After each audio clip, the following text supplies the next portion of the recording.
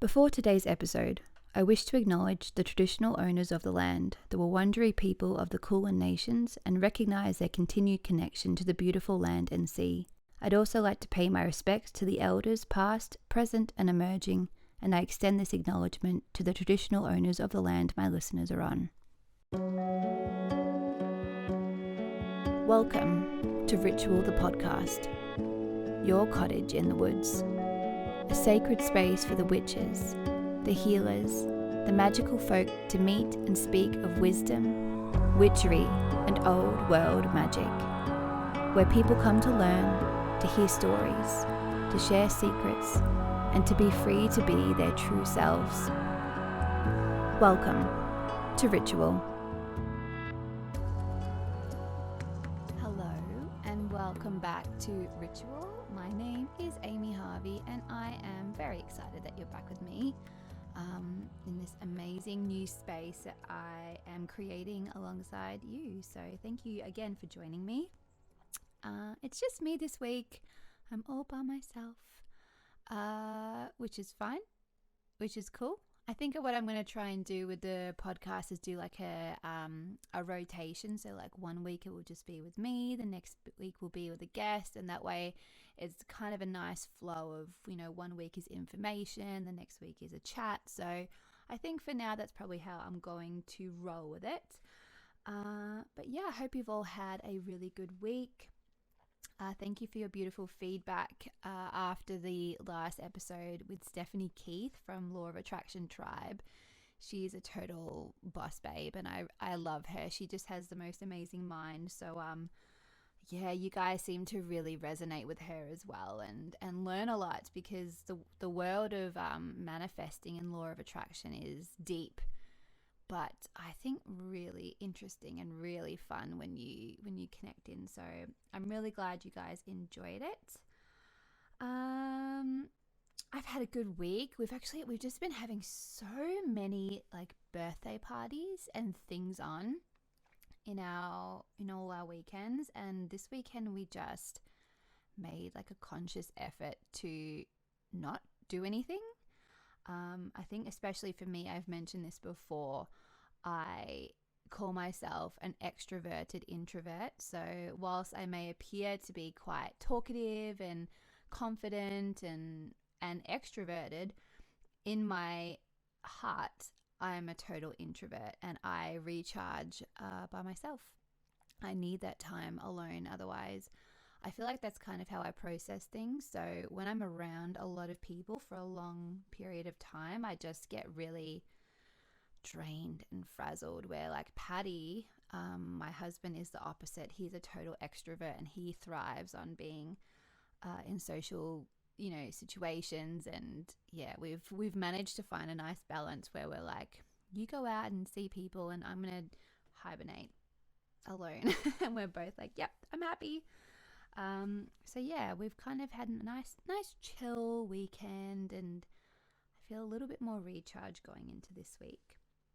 Now for this episode, what I wanted to do was to really bring it back to the beginning, because obviously, I've explained my story as a witch, but I thought I would go over what witchcraft actually is.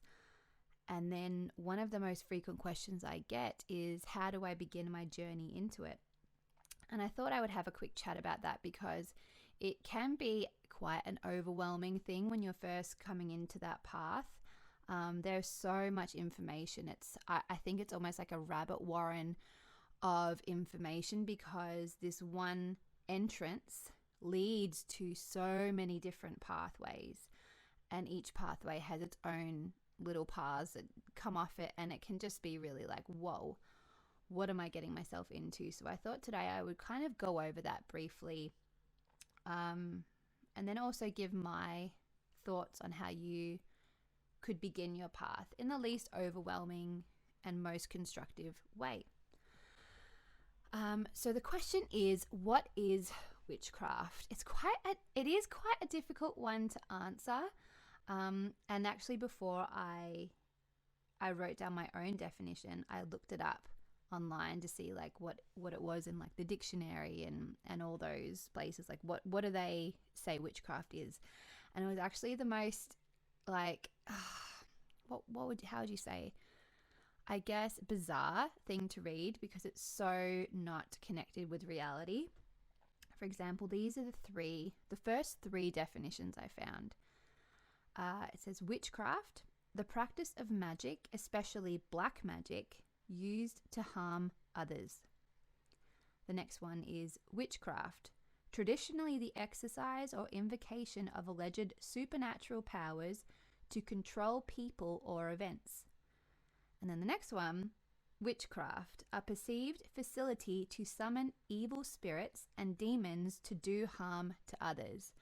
Now, if you were already skeptical coming into this, I can tell you right now, if you read something like that, you'd go, I think I'm fine.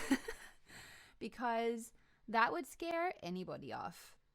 And I can tell you confidently from my point that I find all of them completely false.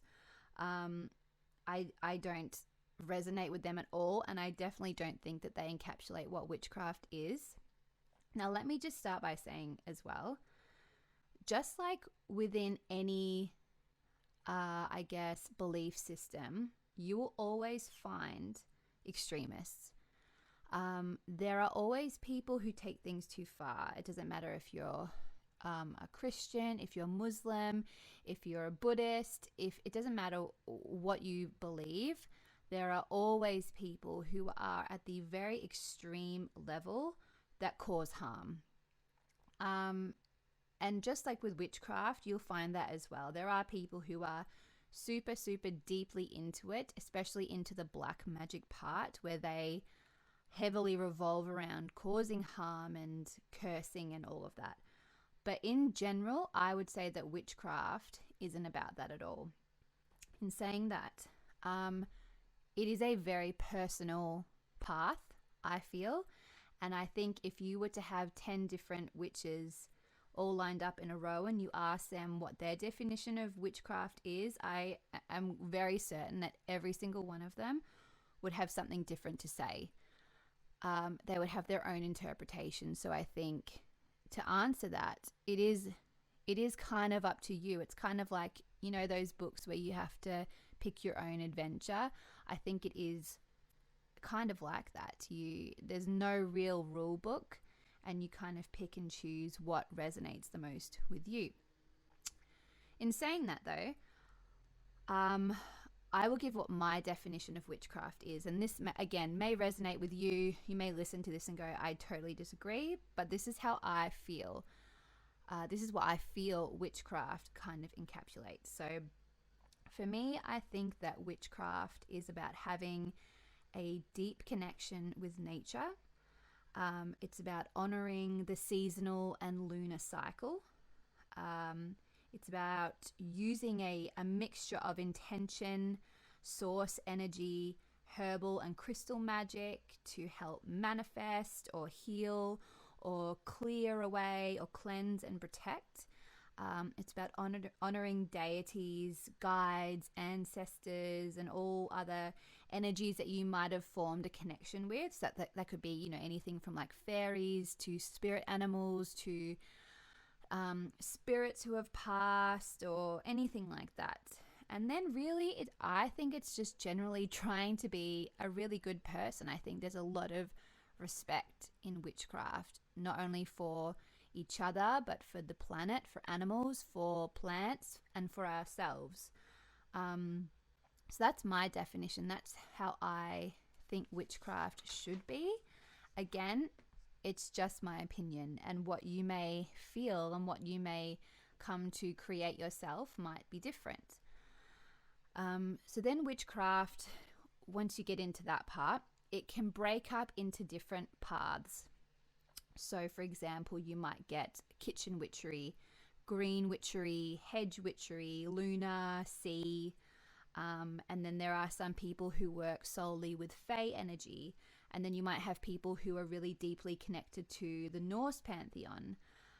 But then you can get people who are eclectic witches, and basically that means that they take little bits from each pathway and they form their own path because they kind of resonate with a little bit of everything.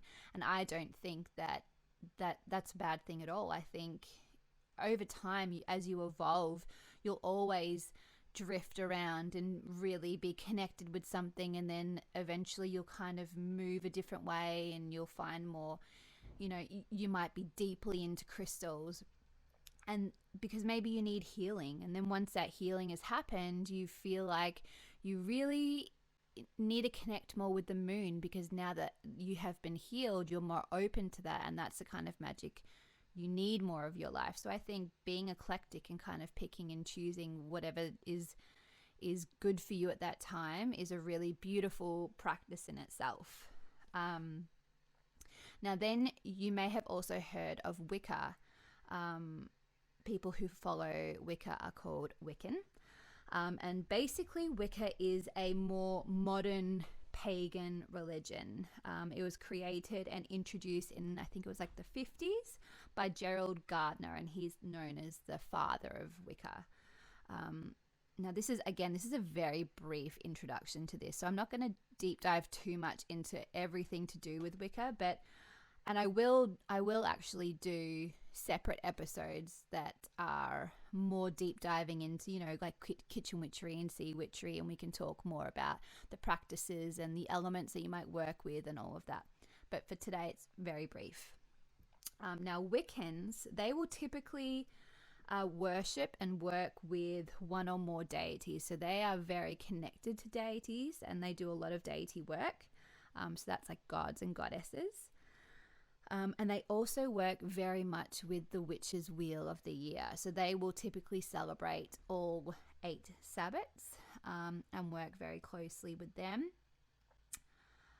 Now, witchcraft and Wicca, there is sometimes a little bit of controversy with it. Like, witches will say that Wiccans aren't the same thing, where Wiccans are like, it's basically the same thing. To me, I kind of see it as same but different. Whatever, I don't see anything wrong with anybody. But there can be a bit of controversy. But basically the difference is between Wiccans and witchcraft is that Wicca is a religion, where witchcraft is considered a practice. And then Wiccans also follow the Wiccan Rede, which basically encapsulates their key moral system and what they stand for. It's almost like a rule book, where witchcraft can be a little bit more flexible, I guess you could say.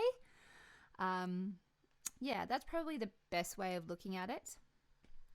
So how do you do witchcraft? Well, there are many ways. It's, again, a very difficult question to answer, but there are many ways that you can do witchcraft. Witches will often set up an altar. It's like a sacred space where they can sit, they can meditate, they can do rituals and spell work there, they do their divination, they lay offerings. It's kind of like their spot to do that work. And you can have one altar or you can have 5. It really depends on you. I myself have one main one, but then I also have an abundance altar in my office, because that's where Patty and I will mostly work on both of our businesses. And so we feel like the abundance altar should be around there, because that's kind of where the abundance comes from, is, thinking of new ideas and working and doing podcasts and all that. It all congregates around there. So that's where we have our abundance altar. So really, again, it's very much up to you. And so you can also keep all your magical tools around there as well. So they might include a wand, an athame, some certain crystals, some candles, a cauldron. You can keep, your cards there if you want to. But your altar is kind of like your space to congregate all those things around, where you go to recharge your tools as well. Because the idea is that your altar space builds up energy over time. The more you're there, the more it builds up. And so leaving tools and stuff there, in turn, they also build up energy. Now, spell work, again, this can come in very many shapes and forms. Common magic that you would see in spell work is things like spell jars, charm bags, talismans, that could be scrying, so using like a black mirror, divination using tarot or oracle cards or runes, or tassigraphy, which is reading tea leaves. You could also, it's like tuning into different energies as well, and that could be tuning in with elementals. It could be tuning in with the cycles of the moon. It could be communing with ancestors. It can be so many different things. So that's a very basic look at what spell work can entail. Now, you will get some witches who work in a group. This is known as a coven. And basically, they will do all their ritual work together. They're often very secretive, so it's not like you can just, jump online and find a coven. They will often invite you rather than you go and invite yourself. And they have their own set of rules and how things work. But then you also get witches who are solitary, and that basically means that they may be involved in like a witchy community, but overall they prefer to do their spell and ritual work alone, which is what I do. I have lots of witchy friends, and sometimes I will go to an open circle, which is basically where people go to celebrate. Could be Mabon or the full moon or something. But if I want to do spell work or anything like that, I will do that by myself. Whoop. So I hope that made sense. Again, that was a very basic outline of what witchcraft is. You could go on and on and on and on and on and on, but I'm not going to do that today. I just wanted to give you the basic outline. And so now we get to the question, how do you begin? Now, I do get this question a lot, and like I've said before, it is very personal, but I will give you my tips on how I began, and also some things that I found that really helped me find my way. The first thing I would do is really connect with your intuition, like that gut feeling you get of, sometimes you'll be walking down a street and you get that feeling of something isn't right here, or you meet someone, you go, I'm just not vibing with that person. That's your gut feeling. That's your intuition. I think the more deeper you dive into witchcraft, the more you build that connection to your intuition, and it starts at the very beginning of your journey. So what I would do is I always recommend that people read as much as you can, because there's so much to learn. And there's so many different ways of doing the same thing. So I think it's really important to open up your mind to all the different possibilities that are out there. Give yourself almost like a buffet of choice of, if I'm going to piece together this adventure, what is it that I'm going to place in front of me that's going to be, that's going to benefit me the most, that's going to fulfill me the most? Because like I said before, there's no rules of how to do this. My only rule is to basically not harm anyone. Like, don't be a dick about it. But if you're doing things that fulfill you and make you feel good, and they make your life more successful, they make you feel stronger, they make you healthier, then seriously, like, go for it. As long as you're not hurting anybody, there's no issue at all. So I would start by reading.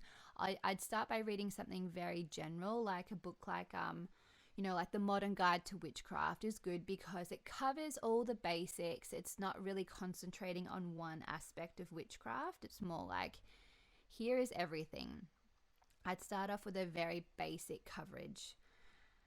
And then I would sit and I would think about what it is that you're really drawn to, because I'm guilty of this, where I'm like, I need to know everything about everything right now, and then I get so overwhelmed and I'm like, I don't know what I'm doing, this is too much. So I would really go, okay, what do I feel really interested in? What's like really jumping out to me? And this is where your intuition comes into play. So when you're reading these books, is there something that, like a chapter that you turn to that you went, oh, I'm really interested about this chapter, I'm excited to read it? So that could be, maybe you turned into a chapter that's about green witchery and herbs and, you know, plant magic. Did you go, oh, I really want to learn more about that? Or did you go into a chapter where they talked about crystals and you felt yourself like sit up a little bit and go, yes, I want to know about this? Or were you going, I just want to know, like, what is each phase of the moon about? Like, what, that really interests me. Like, just really sit and think about it. Like, what was it that sparked your attention immediately? And I would pick maybe 2 or 3 things and I would concentrate on them. And then you can go and you can find books that are solely about that area. Like, I think if you're going to do something, you do it well. So if it's the moon, you find books on lunar magic. If it's green witchery, you read books like The Green Witch. If it's crystals, get a crystal encyclopedia and books about how to incorporate crystals into your life. You know, if it's Norse paganism, read about that. Like, find the thing that interests you because you will be more motivated to learn more. And it's funny because, like, there are some things I thought I would never care about. Like, I'm trying to think of an example. Okay, so for me, I was never really interested in the goddess Hecate. I was always like, meh. Like, I know a lot of people are really into her, and she's just not for me. And then I'd say a few years into my journey as a witch, she just popped into my mind just randomly, and then I started seeing her everywhere. It would be if I went on to some witchy group, they were talking about her. If I went on Pinterest, there was a picture of her. She would show up in my Instagram. And then I was like, okay, well, obviously maybe she's trying to say hello.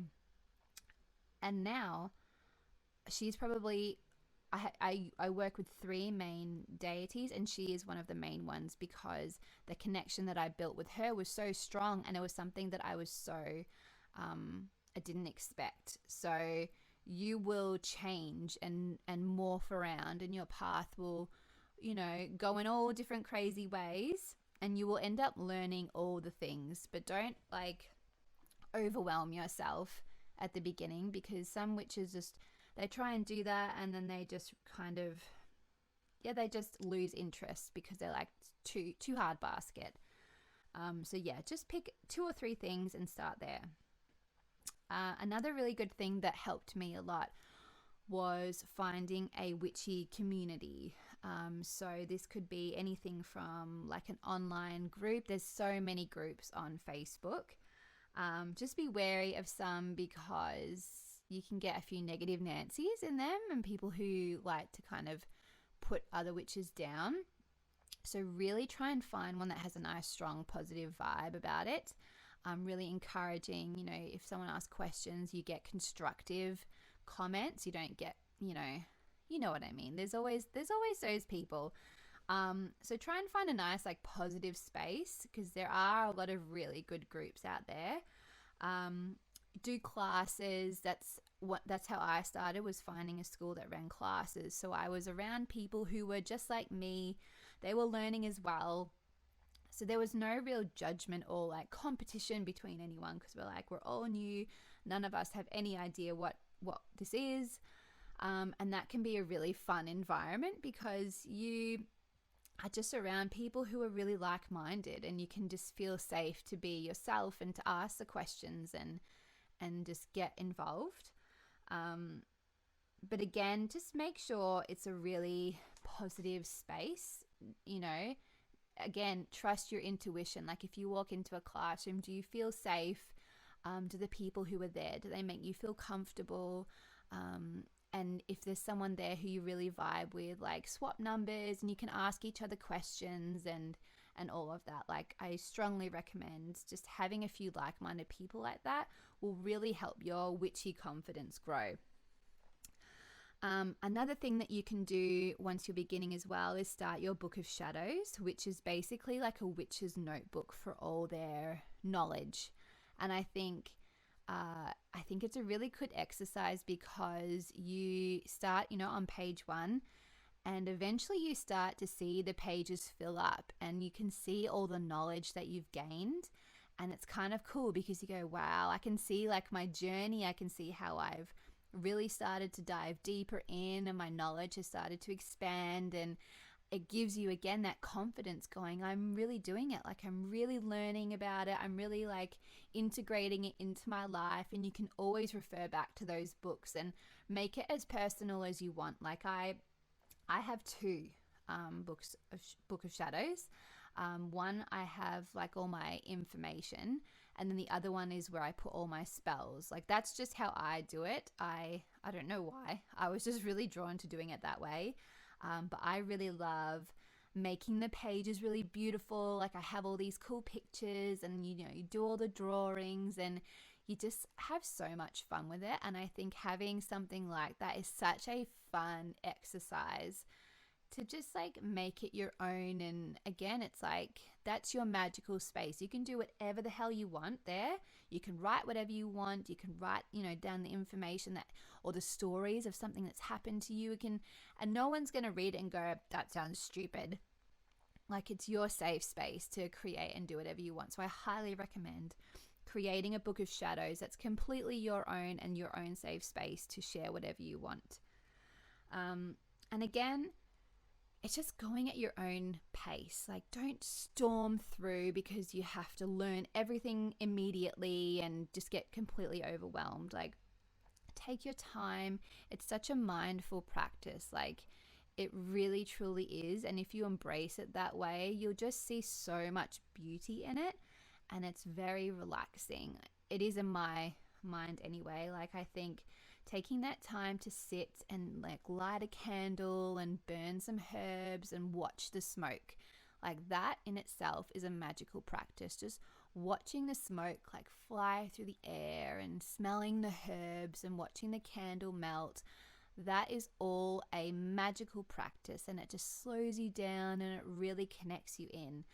And if you just rush through it, like you wouldn't experience any of that. You wouldn't notice the beauty in a candle. You wouldn't notice the cool shapes the smoke makes or the smells of all the different herbs. You would just go, yeah, it's done now. What's next? And it misses the point. So just really go at your own pace and don't force something to happen. Don't, if you don't understand something, don't pretend that you do. Like, everybody's learning. Everybody, even me, like I have 20 books downstairs of things like not magic. Like I know nothing about not magic and I am busting to learn.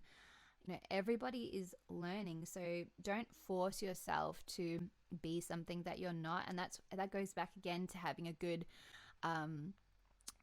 good people around you, because if you have questions, you feel safe to ask them because they'll ask you questions as well. And if you don't know something, you don't know it. So you ask it and then you do. There's no judgment and there shouldn't be.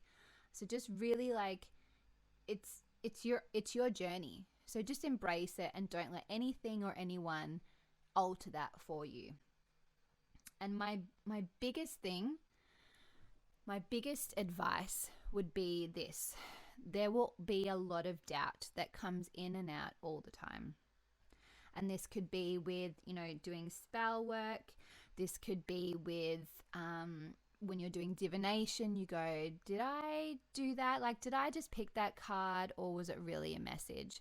Like, if you see a feather on the ground, you go, is it just a feather? Does it mean anything? Like, you can put yourself down and squash your intuition all the time with everything. So I remember a teacher once told me this, and it's always stuck with me, and I always say this to people. The best way to begin is to be open to everything. Maybe it was a coincidence, but you're going to tell yourself that it wasn't. That actually happened, and that was a message, and you did see something, and you did feel something. And when you did that meditation, you did, maybe you did go there. Maybe you did hear something. Maybe you felt someone hug you. It's all yes. Always say yes, because the more open you become, the more open you are.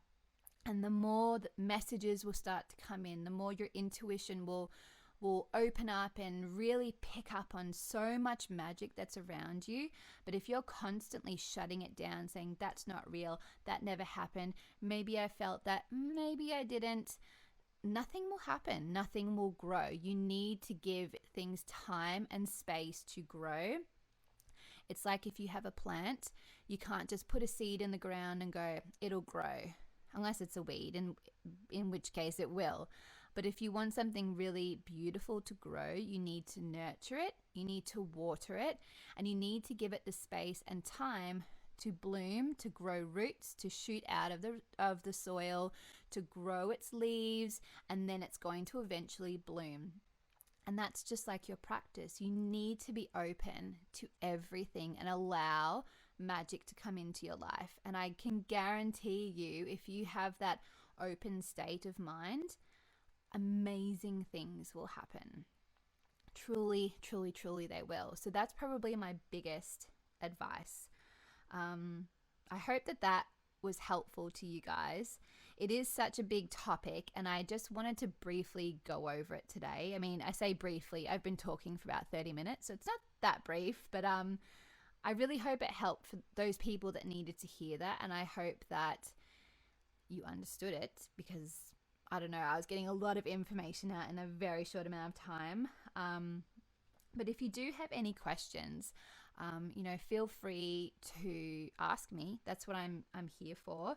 Now, I have mentioned this before. I have started up a Patreon, and that is kind of like a space for learning. That's partly one of the reasons why I created it, is because I get questions all the time. And I'm so grateful that you guys want to ask me, because I'm more than happy to help out. But I felt really called that my next space was to be somewhere that people could go and learn, and they could feel comfortable to ask questions. And also people can go there to meet other people who are in the exact same position, or maybe they know a little bit more and then they have something that they can share with you, or maybe they have even less and you can be the one who can help them.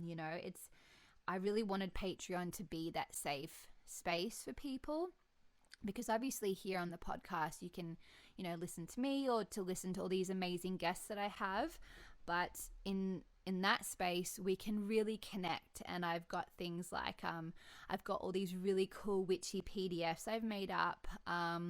Like this month it's going to be all about reading tea leaves, and I share like books that really helped me on my journey, or that I've just read that I really recommend. I've got things like every month I deep dive into a herb or a crystal. So if you really resonate with them, like that's a really cool space for that. But then we also have our own Facebook group, like what I mentioned before. And that is only for members of Patreon. And there's some really cool people on there. Like some of these people I have had around from when I began Wiccan Sage. And it's a really safe space. Like I have said, I will not tolerate any bullying, any negative energy. Just won't tolerate it at all. Like it's purely positive, encouraging, constructive. So if that's something that you're searching for, if you want that witchy community, like I highly recommend jumping over there, because it's going to be really fun. We're going to have some lives and chat with each other and all that stuff. So I'm super excited for that. So if that's something you're keen for, definitely jump over.